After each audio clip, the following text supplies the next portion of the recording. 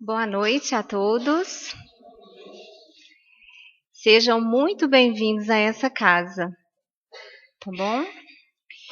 E eu quero dizer a vocês que eu estou muito feliz de estar aqui hoje, para que juntos a gente possa crescer um pouquinho mais nessa maravilhosa doutrina, né, que é a doutrina espírita.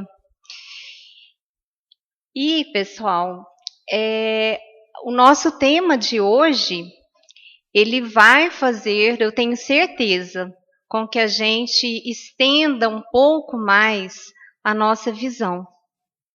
Porque o nosso tema de hoje, a gente vai ver a respeito das várias dimensões de uma casa espírita. Quando a gente vem aqui na frente, né, falar alguma coisa, fazer uma palestra, uma exposição, na verdade, a gente tem que estudar. A gente tem que pesquisar, porque a gente tem que fazer um resumo daquilo que vai acrescentar em todos nós. Então, sempre a gente coloca as referências. Por quê? Né? Essas referências, elas dão assim a oportunidade de todos poderem ler, né, refletir um pouco mais do que a gente falou aqui. E outra coisa super importante é que a gente consiga tirar a nossa própria conclusão, né? Isso aqui é uma visão do que a gente estudou, do que a gente viu, eu vou estar passando para vocês.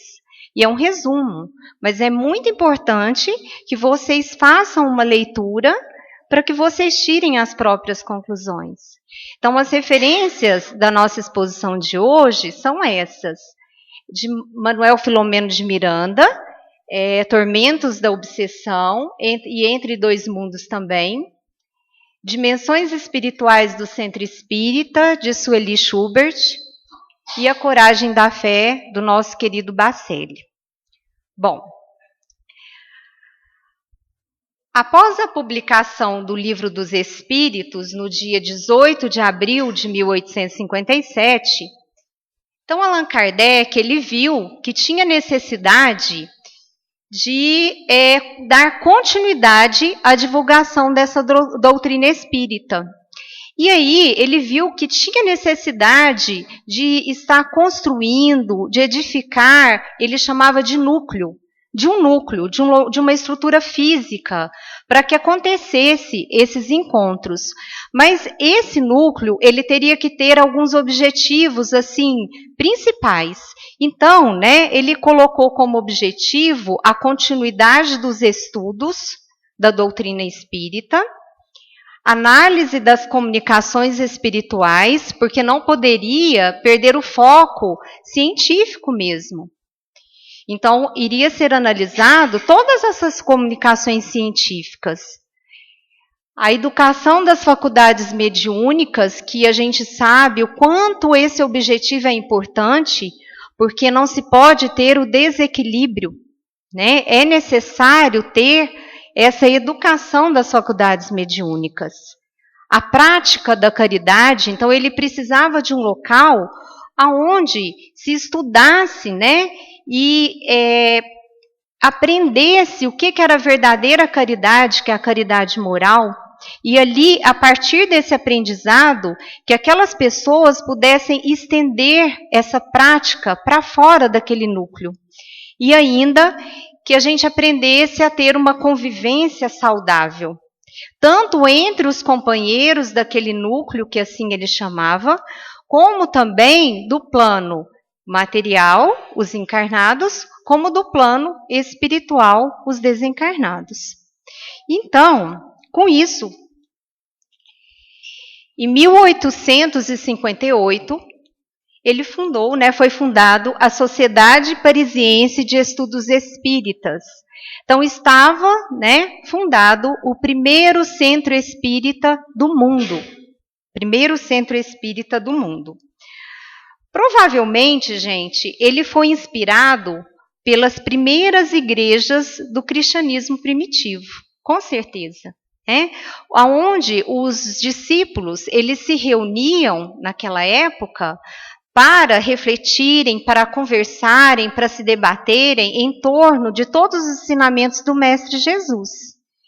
E, na verdade, o centro espírita da atualidade, aqueles centros espíritas que seguem hoje os mesmos objetivos de quando da implantação por Kardec, na verdade, ele ainda segue na atualidade aqueles objetivos, que são, né, o estudo, que a gente viu, que Kardec preconizou, a prática da doutrina espírita, porque a gente sabe que não basta apenas a teoria, a gente tem que estudar, mas a gente tem que aplicar, tem que praticar essa teoria nos nossos dias lá de fora. Além disso, a convivência fraternal, porque são dentro dessas casas espíritas que a gente vai aprender o que é fraternidade. E a partir desse aprendizado, a gente vai colocar na nossa vivência também. E aprender a trabalhar a tolerância, a solidariedade também. E durante toda a palestra, vocês vão ver eu falar sempre essa parte, né? Que Filomeno de Miranda, ele traz muito a respeito disso. Que é super importante a gente lembrar que a casa espírita, ela não é apenas algo material. A sua base, ela é espiritual. Nós vamos aprender a respeito disso. Só abrindo, né, um espaçozinho, porque não teria muito sentido a gente falar de tanto de casa espírita e não dar um pouquinho do exemplo da nossa casa. Então eu vou contar para vocês um breve relato mesmo, porque é muito mais do que isso, de como que foi a edificação dessa casa, nessa parte física, e a gente pode imaginar como que foi na parte espiritual. Bom, a família Cassiano, que é o seu Carlos, a Cláudia, né? Na verdade, eles mudaram de São Paulo para Uberlândia. E eles já faziam esse trabalho lá no estado de São Paulo. Mas quando eles vieram, o maior desejo que eles tinham era de fundar uma creche para crianças carentes e também continuar, né, o trabalho dos estudos e dos centros espíritas, que eles já faziam lá no estado de São Paulo.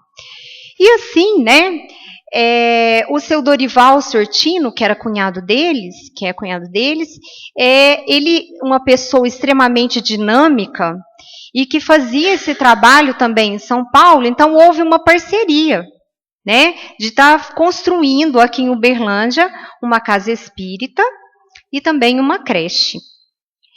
E assim, né, foi assim que surgiu essa parceria entre eles, e eles começaram a desenvolver a construção dessa nossa casa, nos tornando ligados à fraternidade dos servidores de Jesus de São Paulo. Então, é importante a gente saber que essa nossa casa, ela é ligada a várias outras casas, a mais de 30 casas no Brasil. Né? É importante a gente saber disso.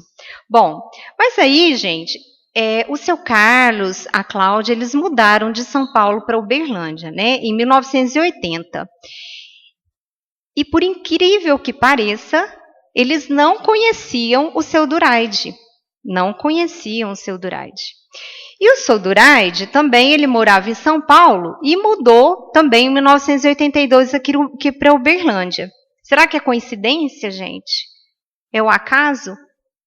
Vamos refletir a respeito disso. E aí eles se conheceram e passaram a estudar a doutrina espírita, sempre ligados naquele tempo pela fraternidade dos discípulos de Jesus. Então eles foram estudando com um grupo muito pequeno, que alguns desse grupo ainda continuam aqui na nossa casa. Então o seu Carlos, a Cláudia, o seu Duraide, a dona Neide, a dona Adélia, a Lóio Taquio, o Maurinho e a Gracinha, a Vânia, a Orlanda, a Isabel, entre outros companheiros. E assim, gente, em 1988, terminou a construção deste centro e da creche. Só que aí foram chegando mais pessoas, né? Foram chegando mais irmãos também para o estudo, como a dona Noraldina, a mãe da Sheila, e o centro, gente, ele foi crescendo. Quem lembra que, na verdade, essas palestras eram feitas lá na frente, numa sala bem pequenininha. E foi crescendo, crescendo, e teve que ser feita a construção desse salão. Hoje, gente, aproximadamente 200 assistidos por semana nessa casa. As turmas de estudo, vocês lembram que começou pequenininho, né? Hoje, nós temos 16 turmas de estudo. 150 a 180 trabalhadores. Existem diversas atividades aqui na casa. A sopa, a biblioteca, assistência espiritual de adulto e infantil, os samaritanos, eu não sei se todos sabem o que é, mas existem alguns assistidos que eles não conseguem vir até a nossa casa. Então, existe um trabalho aqui na casa que os trabalhadores eles vão até a casa desses assistidos prestarem esse atendimento. Tem também o bazar, assistências gestantes, a pintura, a costura. A creche, desde 1988, ela mantém 180 crianças de 1 ano e meio a 6 anos em período integral. E é uma creche considerada creche modelo. E teve também, gente, em setembro de 2015, a fundação do Luz de Eurípides, que é uma outra casa que foi fundada lá no Shopping Parque 2. Bom, mas qual que é o objetivo da casa? Qual que é o objetivo do nosso grupo fraternal Eurípides Barçanufo? É a nossa reforma interior.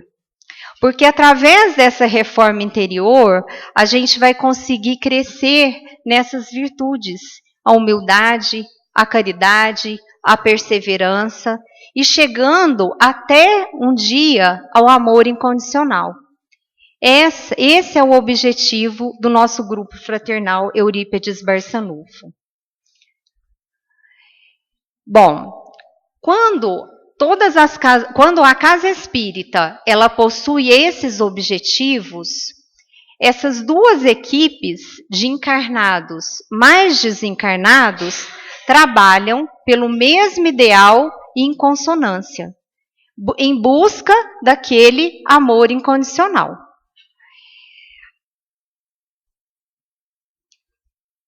Quando a gente chega numa casa espírita, a gente sabe que a grande parte de nós, quando chega pela primeira vez ou as primeiras vezes, a gente não se atenta a essa parte.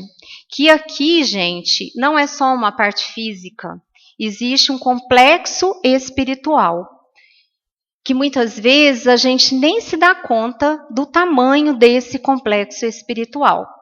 E, na verdade, a gente não está julgando ninguém, porque a gente chega em busca de amparo, de socorro, de explicações, né, para os nossos medos, para as coisas que têm acontecido na nossa vida, e a gente quer uma explicação. Só que, na verdade, né, a gente não vê a complexidade dessa estrutura espiritual. A gente, às vezes, não consegue enxergar. E o centro espírita, mais uma vez dizendo, ele é muito mais do que essa parte física, muito mais. Na verdade, ele transcende essas paredes, o piso, o teto, muito mais do que isso. Ele é um complexo espiritual que se elabora os dois planos. Em razão disso, gente, os cuidados e os trabalhos da espiritualidade maior são imensos. A espiritualidade maior, ela é impecável quanto ao planejamento e à organização. Impecáveis, né? Quando se pensa em uma obra espírita, quando a gente pensa, quando tem uma ideia, alguém em construir uma casa espírita, ou às vezes mudar algum planejamento dentro daquela casa espírita que já acontece, na verdade, Filomeno de Miranda, ele fala que isso já aconteceu há muito tempo na espiritualidade. Então, isso é para a gente entender que a base de toda uma casa espírita, de um grupo fraternal, é na espiritualidade. E aí eu trouxe um exemplo para a gente entender melhor. Eu não sei se vocês conhecem, quem não conhece, vale muito a pena, né, conhecer. É o Colégio Allan Kardec, que fica lá em Sacramento. Então, ele foi fundado em 1907. É lindo, gente, é magnífico mesmo, vale a pena conhecer. Mas o que é que a gente trouxe aqui?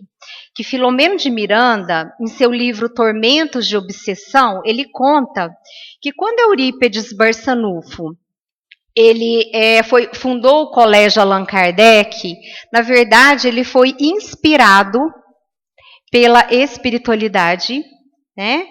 Pelo modelo original que existe no plano espiritual, que ele próprio ajudou a edificar antes da sua reencarnação. Olha que coisa linda, gente. Então, é o grande exemplo que nós temos, que aqui, quando acontece aqui, já foi planejado há muito tempo pela espiritualidade maior. Então, olha a estrutura que a gente está. É grandiosa.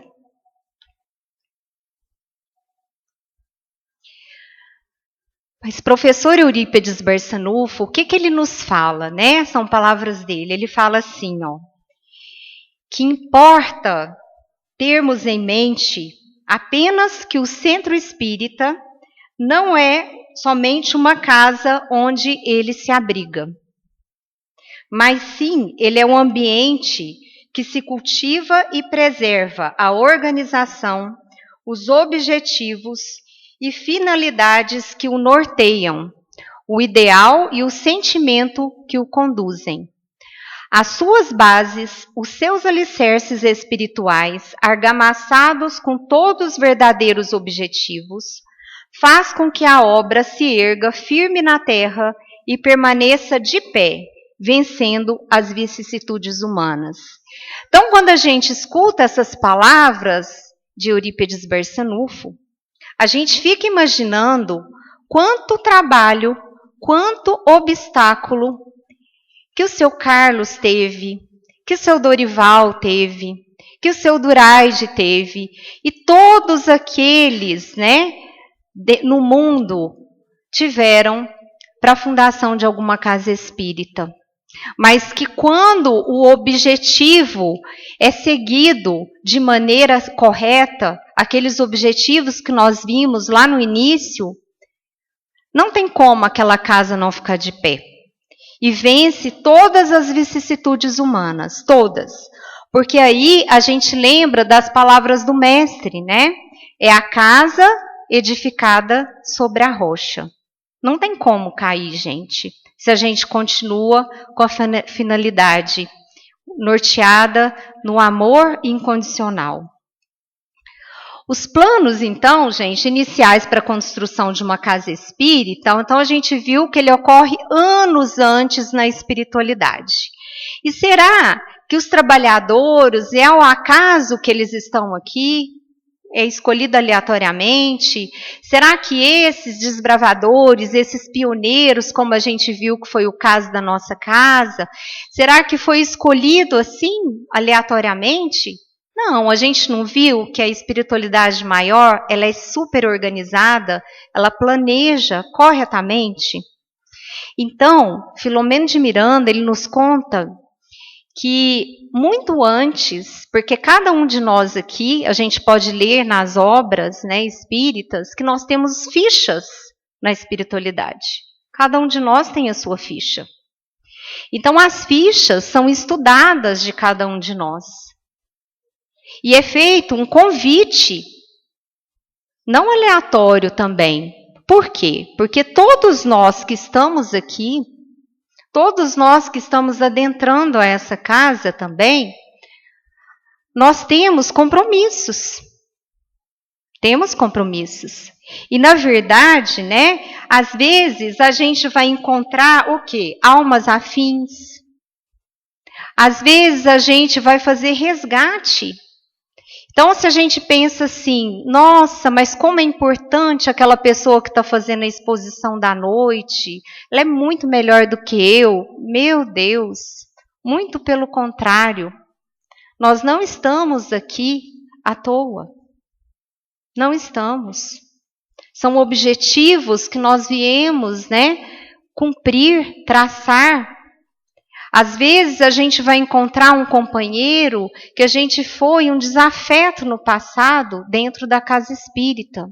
E ali dentro daquela casa, nós vamos aprender a amar. Não só tolerar, mas amar. Então esses são os objetivos. E a gente não está por acaso aqui dentro. Não estamos ao acaso. E toda a casa espírita, todo grupo espírita, toda instituição espírita, a gente tem um atendimento espiritual.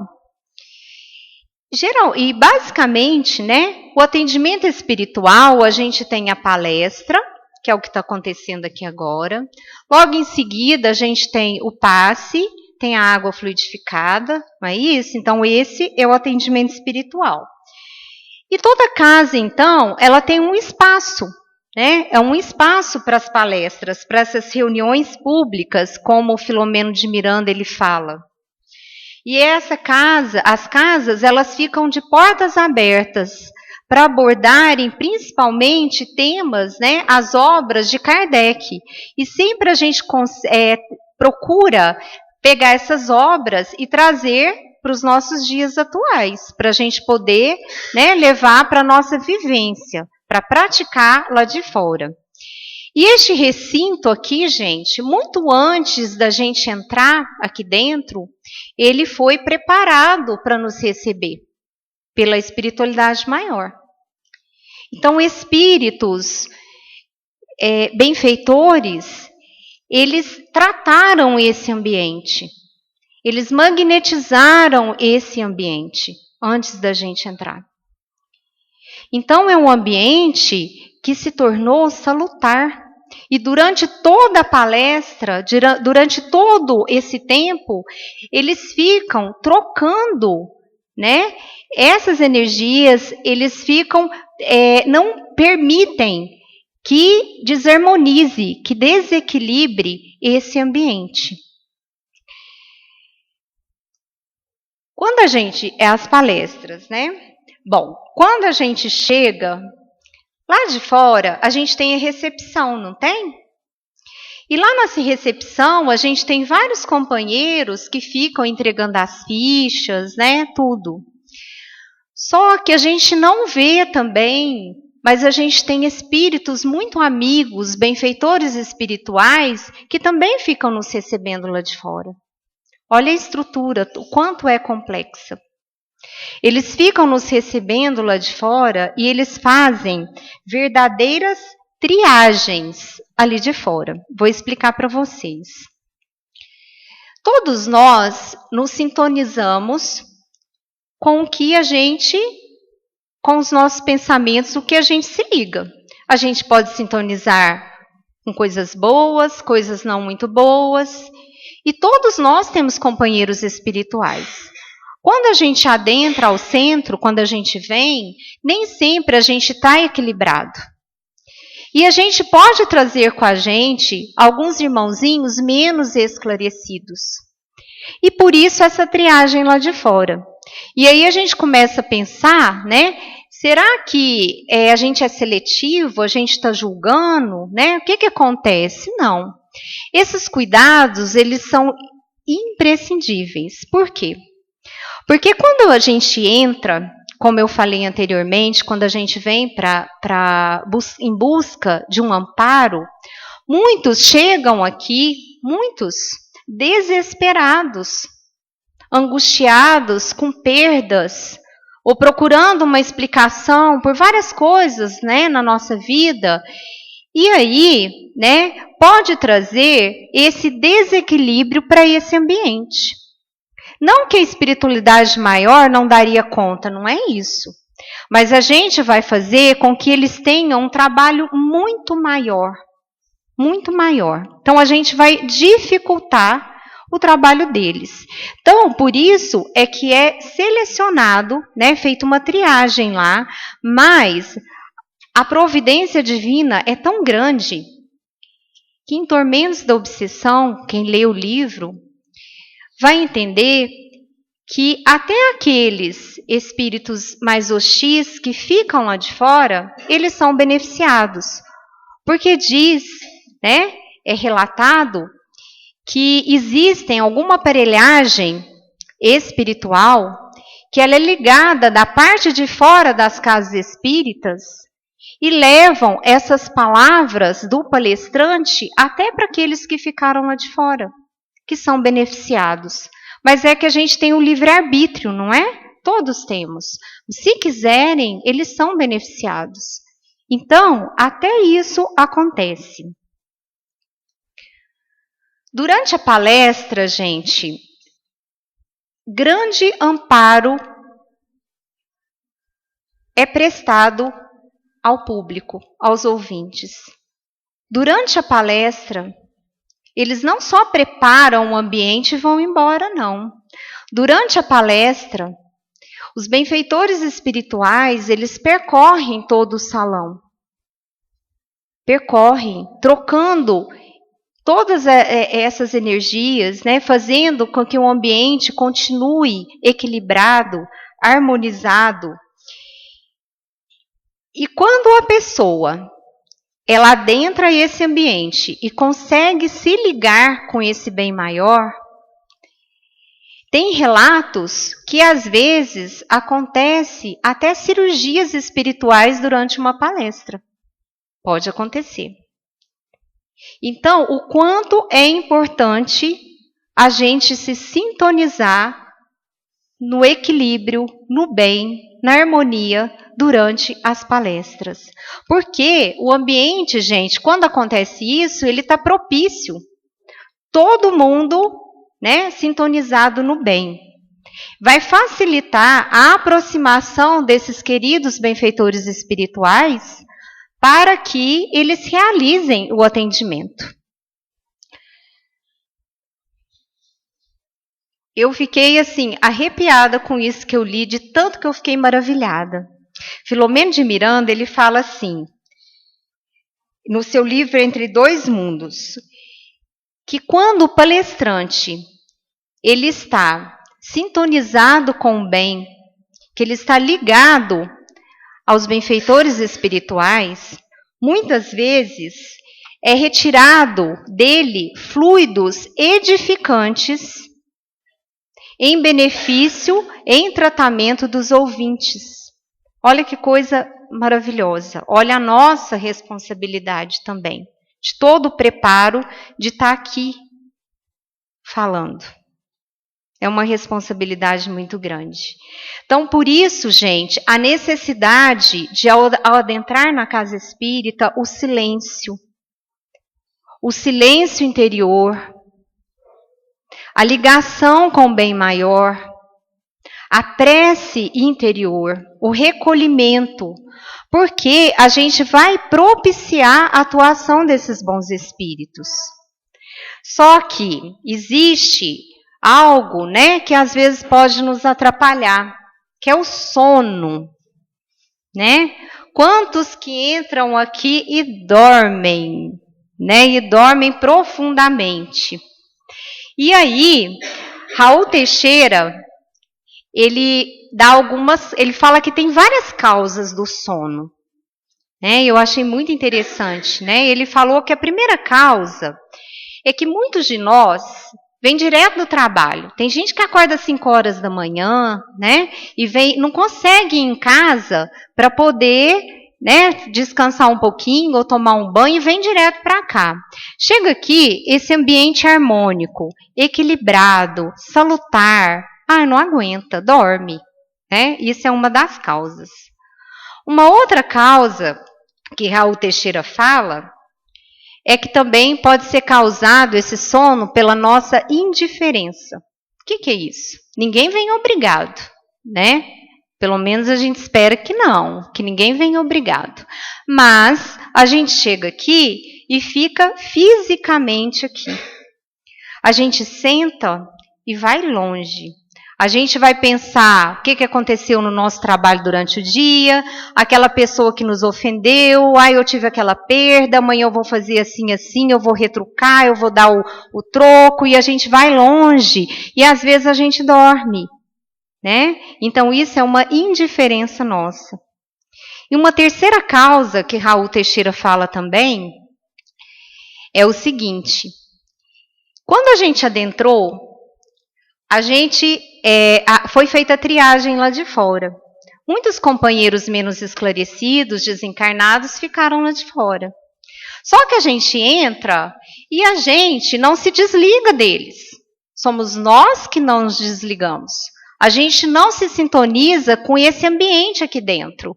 E aí são feitas verdadeiras pontes. Não precisa deles estarem aqui dentro. E não adianta o trabalho todo da espiritualidade maior de proteção da casa espírita, porque a gente não cortou essa ponte, não cortou essa ligação. E vocês acham que esses espíritos, esses irmãozinhos menos esclarecidos, eles querem que a gente cresça? Eles querem que a gente se equilibre? Que a gente tenha conhecimento de muitas coisas que é falado aqui na frente? Não. Não. Eles, assim, por falta de conhecimento mesmo, mas vai chegar a hora deles, eles querem que a gente adormeça aqui dentro. E são verdadeiras hipnoses que acontecem. Porque nós não nos desligamos. Então, muitos sonos acontecem por isso. Vocês querem ver um exemplo? Quando a gente está aqui, dá um som danado. Aí acaba a palestra, a gente vai para casa e acorda. Aí tem gente que vê televisão até de madrugada, falando, não entendo, eu vou para a palestra, eu durmo. Eu vou para casa, assisto televisão até tarde. A gente tem que começar a refletir a respeito disso, né? Mas aí, o que a gente pode fazer? O que a gente pode fazer? Em primeiro lugar, é isso que Raul Teixeira nos fala. A gente tem que orar e vigiar. Então, a gente entra numa casa espírita, num grupo espírita, a gente tem que entrar em prece interior. Nos sintonizar com tudo isso, com toda essa complexidade que hoje a gente está conhecendo, o que acontece além da nossa visão material.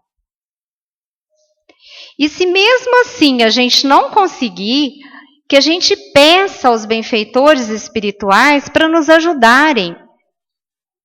Eles estão aqui para nos ajudar. Então vamos entrar e pedir a eles que nos ajudem.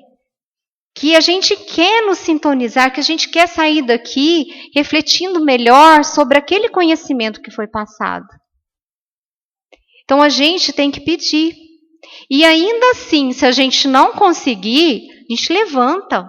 Vai lá de fora, lava o rosto, fica um pouquinho de pé lá na porta, desde que não atrapalhe os outros, mas a gente procurar se ligar, porque é uma oportunidade que a gente está tendo pela providência divina.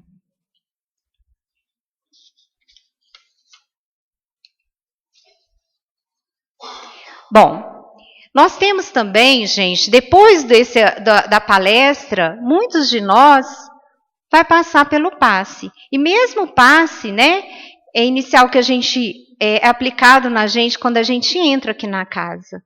Na verdade, não é o objetivo dessa palestra de hoje falar a respeito de metodologia de passe. Não é isso a importância hoje. Né? Porque cada centro, cada casa espírita, ela segue uma metodologia, mas com um objetivo final, né? Que é, na verdade, o atendimento espiritual daqueles assistidos. Mas o que eu quero passar para vocês? É que durante o passe, na sala de passe, há todo um preparo também, muito antes da gente chegar aqui na casa, por espíritos que são especializados naquela área. Há especializações mesmo. Então, ali, gente, funciona como se fosse um hospital. É feita uma asepsia em todo aquele ambiente. E durante todo o trabalho, todo o atendimento, eles estão ali renovando aquelas energias para nos atender, para que a gente saia muito melhor do que a gente adentrou a casa espírita. E nós, trabalhadores, também não é o acaso que a gente chega e já vai entrando, não. Todas as casas espíritas, inclusive a nossa, todos passam por cursos intensivos mesmo. E mesmo aqueles que já passaram, são feitas reciclagens, porque a gente cria alguns vícios, né? Mas a gente lembrando sempre que ali dentro, quem faz o atendimento é a espiritualidade maior. Todos os trabalhadores que estão ali são apenas instrumentos do trabalho. Mas nem por isso deve se preparar menos. Né? Quando a gente faz, eu lembrei agora, né, porque a gente tem que como objetivo maior o amor.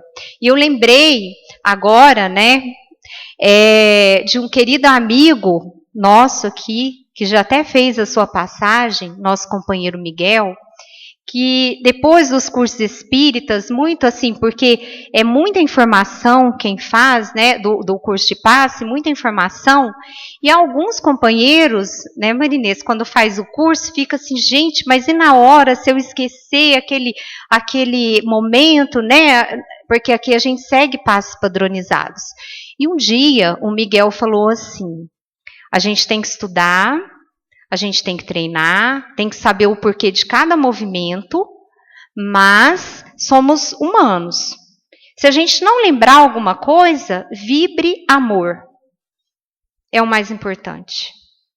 Então, na verdade, todos os trabalhadores precisam, e todos sabem, que tem que fazer sua parte. E nós, como assistidos, também temos que entrar para essa sala de passe, lembrando que ali é um ambiente extremamente preparado para aquele trabalho pela espiritualidade maior. É muito complexo essa parte espiritual.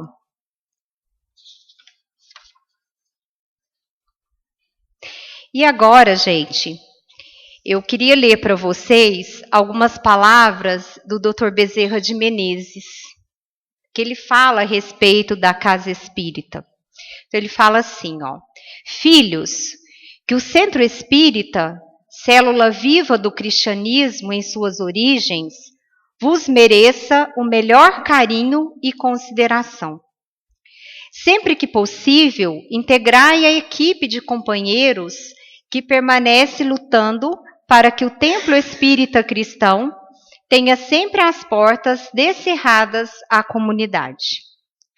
Em contato com os irmãos de ideal, as vossas ideias se reciclarão e a indispensável permuta de experiências vos será uma permanente fonte de inspiração para o trabalho.